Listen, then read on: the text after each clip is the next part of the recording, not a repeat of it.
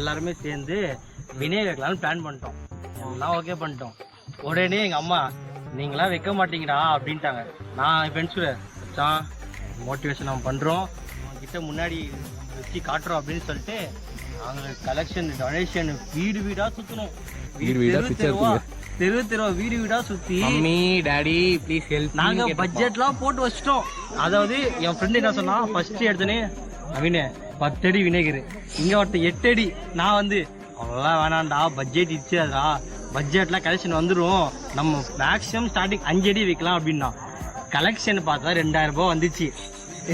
2000 ரூபாய் எடுத்துட்டு வினேகருக்கு போயிட்டு வைக்கிறோம். இதோ இவ்வளோதான் வினேகர் 4000 ரூபாய். இவ்வளோ வினேகர் 4000 ரூபாய் எல்லாம் ஷாக்கு. கலெக்ஷன் 2000 ரூபாய் தான், அவ்வளோ பெரிய வினேகர். அப்போ வினேகருக்கு நான் 2000 கொடுத்துட்டா, இன்னும் குடிசை கட்டல, எதுவுமே கட்டல. கடைசி வரைக்கும் நாங்கள் சுற்றி பார்த்தோம்.